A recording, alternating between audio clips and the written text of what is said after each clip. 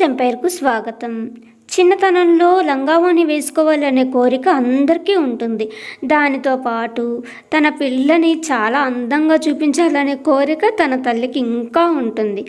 అందుకోసమే నేను తన బాడీ మెజర్మెంట్స్ తీసుకొని prince cut blouse, back side deep and back hooks వచ్చేట్లుగా, బాహుబలి హ్యాండ్స్ వచ్చేట్లుగా, ఇలా అన్నీ ఒకే బ్లౌజ్లో వచ్చేటట్లుగా, అంతేకాకుండా ఇది లంగావోణికే కాకుండా లెహంగా మీద కూడా ఈ బ్లౌజ్ వాడుకోవచ్చు. ఇక మన వీడియోలకైతే వెళ్ళిపోదాం. ఈ పాప ఏజ్ 11 years. ఇక్కడ నేను 11 years బేబీకి ప్రిన్స్ కట్ బ్లౌజ్ స్టిచ్ చేస్తున్నాను. ఫస్ట్ బాడీ మెజర్మెంట్స్ ఇక్కడ తీసుకున్నాను. దాన్ని క్యాలిక్యులేషన్స్ ఎలా చేయాలో చూద్దాం.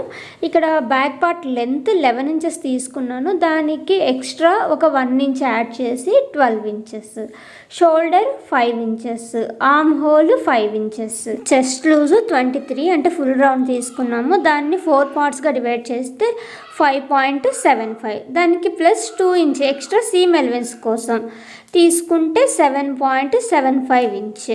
నెక్స్ట్ వచ్చేసి వేస్ట్ లూజ్, నడుం లూజు 21, దాన్ని 4 partsగా డివైడ్ చేస్తే 5.25 ప్లస్ దానికి 2 inches ఎక్స్ట్రా యాడ్ చేసుకోవాలి. ఎక్స్ట్రా యాడ్ చేసుకుంటే 7.25 inch వచ్చేసింది. నెక్స్ట్ హ్యాండ్స్ లెంత్ వచ్చేసి 8.5, దానికి ప్లస్ 1 inch మాత్రమే యాడ్ చేసాము. యాడ్ చేస్తే 9.5 inch వచ్చింది. నెక్స్ట్ హ్యాండ్ లూజ్ 7 inch, ఒకటే హ్యాండ్ కాబట్టి 2 partsగా డివైడ్ చేసుకోవాలి.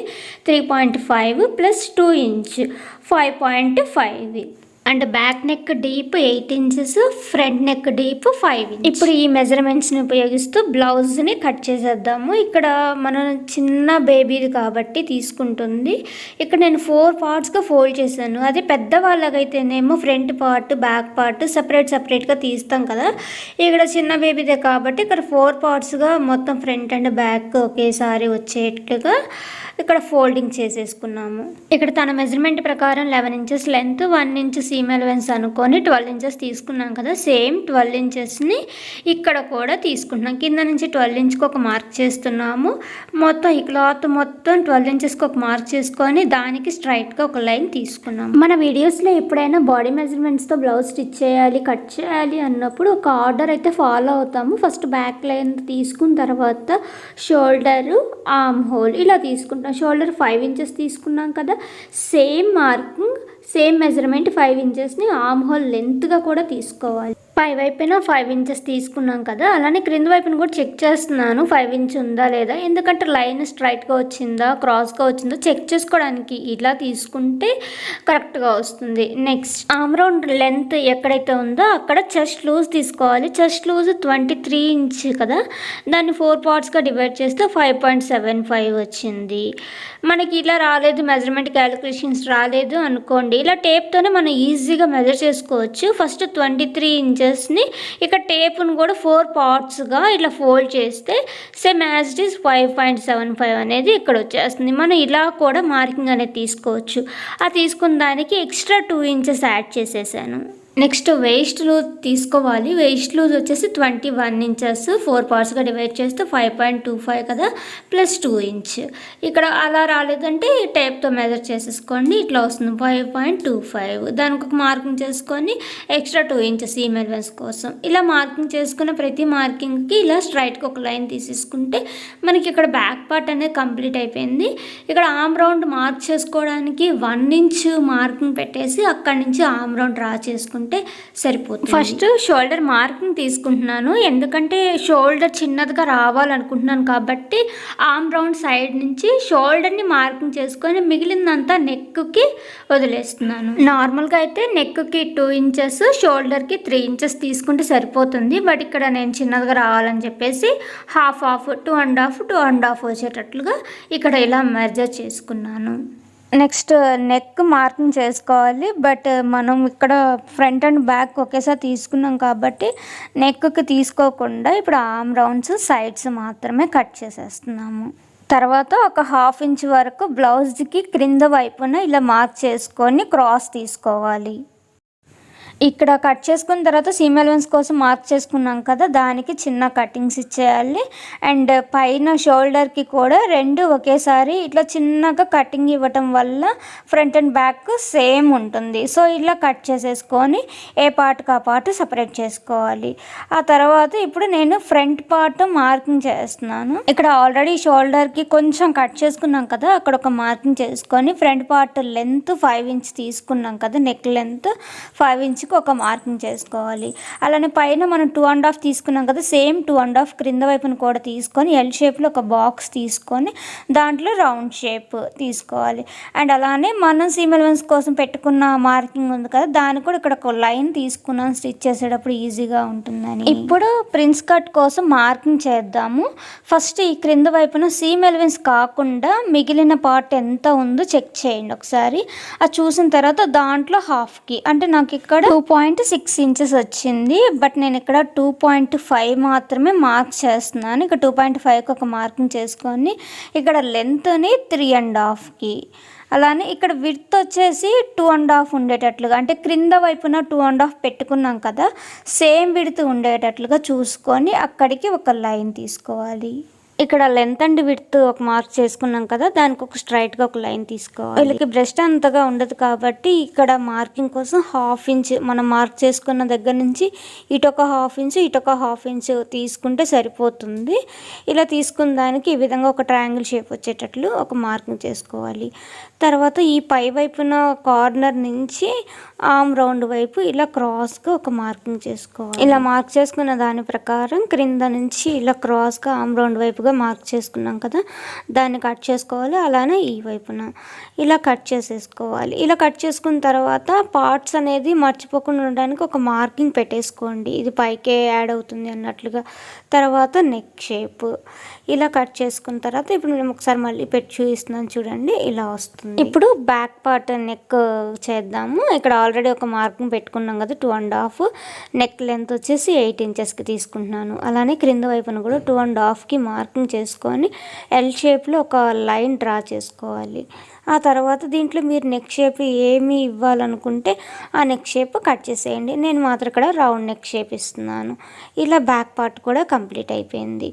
ఇలా తర్వాత ఈ లైనింగ్ పార్ట్స్ అన్నిటిని కలిపేసి ఒరిజినల్ క్లాత్ పైన పెట్టేసి కట్ చేసుకోవాలి. ఫ్రంట్ పార్ట్ కన్ఫ్యూజ్ అవుతుంటాం స్టిచ్ చేసేటప్పుడు, సో ఒరిజినల్ క్లాత్ పైన కూడా నేను ఇట్లా మార్కింగ్స్ అనేది పెట్టి ఉంచాను.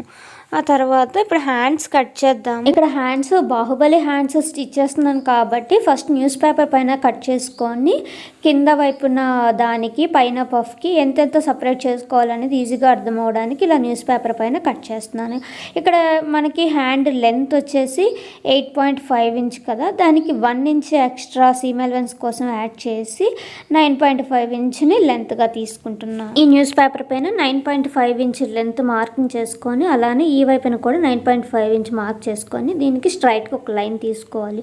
తర్వాత ఆర్మ్ డౌన్ కోసం 3 ఇంచెస్ అనేది మార్క్ చేసుకోవాలి. ఈ వైపున కూడా మార్క్ చేసుకొని దీనికి స్ట్రైట్గా ఒక లైన్ తీసుకోవాలి. హ్యాండ్ లెంత్ మార్క్ చేసుకోగానే లూజ్ని మార్క్ చేసుకోవాలి. ఇక్కడ హ్యాండ్ లూజ్ 7 ఇంచెస్, దాన్ని 2 పార్ట్స్గా డివైడ్ చేస్తే 3.5 ఇంచ్ వచ్చింది కదా.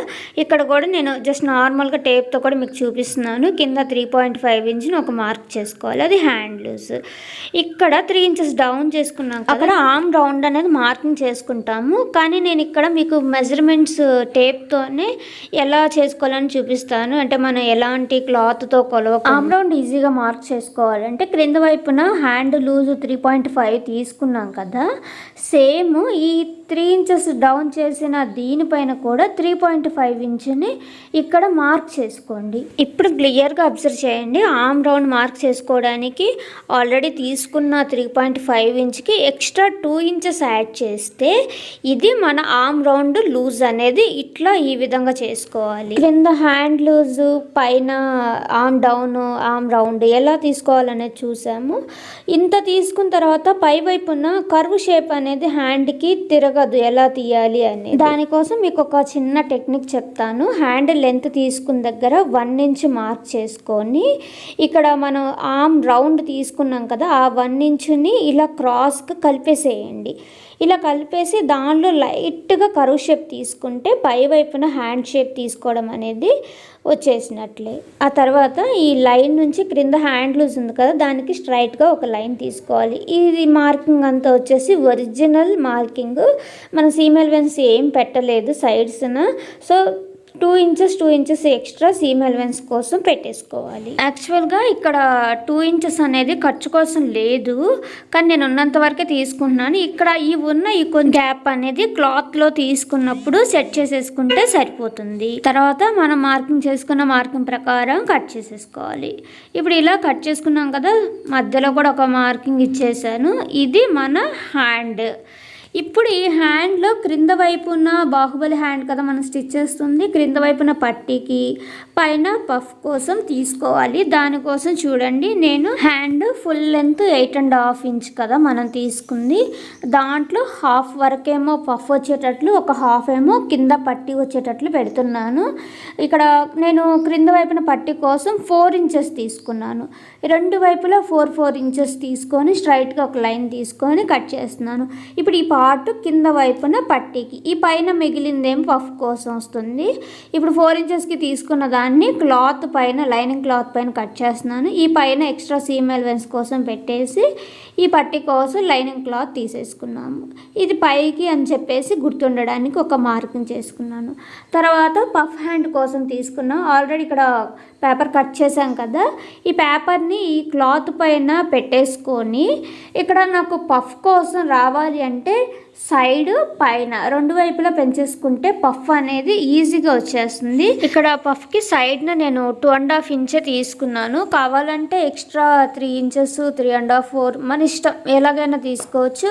అలానే పైన లెంత్ కూడా 2.5, 3, పఫ్ హైట్గా ఉండాలంటే 4 ఇంచెస్, అలా ఎలాగైనా తీసేసుకోవచ్చు హైట్ అండ్ విడ్త్ అనేది. ఇక్కడ సైడ్కి నేను 2.5, పైన లెంత్ 3 ఇంచెస్ ఇలా ఉండేటట్లు తీసుకున్నాను. ఇలా కావాల్సినంత హైట్ అండ్ విడ్త్ తీసుకున్న తర్వాత ఈ హ్యాండ్ షేప్ ప్రకారం మార్కింగ్ చేసేసుకుందాం. ఈ సైడ్ కూడా ఇట్లా ఒక హ్యాండ్ మార్క్ చేసుకున్న తర్వాత స్ట్రైట్గా ఇలా మొత్తం మార్క్ చేసుకున్న తర్వాత ఇప్పుడు పైన పఫ్తో కలుపుతూ ఈ హ్యాండ్లో కలిసేటట్లుగా ఇలా కరువు షేప్ అనేది డ్రా చేసుకోవాలి.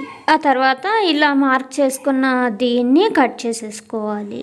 అట్లానే క్రింద వైపున 2 హ్యాండ్స్ నాకు జాయింట్ ఉన్నాయి, దాన్ని కూడా సపరేట్ చేసేస్తున్నాను. పై వైపున చిన్న కటింగ్ ఇచ్చేసి ఇట్లా ఓపెన్ చేశాను కదా, ఇట్లా ఏదైనా ఒక సైడ్ మాత్రమే మనం క్రాస్ అనేది అంటే లోపలికి లోతు అనేది తీసుకోవాలి. ఒక 30 ఇంచు లోతు ఉండేటట్లు చూసుకొని లోపలికి డౌన్ చేసుకోవాలి. తర్వాత మనం ఏ వైపు తీసుకున్నాం అనేది ఒక మార్కింగ్ చేసుకుంటే స్టిచ్ చేసేటప్పుడు ఈజీగా ఉంటుంది.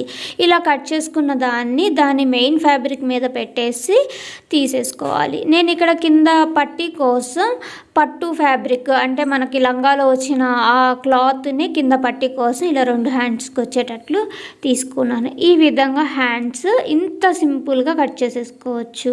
ఇట్లా కట్ చేయటం చూసారు కదా, నెక్స్ట్ వీడియోలో ఎలా స్టిచ్ చేసుకోవాలనేది చూపిస్తాను. వీడియో లెంత్ ఎక్కువై ఉండొచ్చు, బట్ క్లియర్గా మీకు అర్థం అవ్వాలని ఇంత క్లియర్గా ఎక్స్ప్లెనేషన్ చేశాను.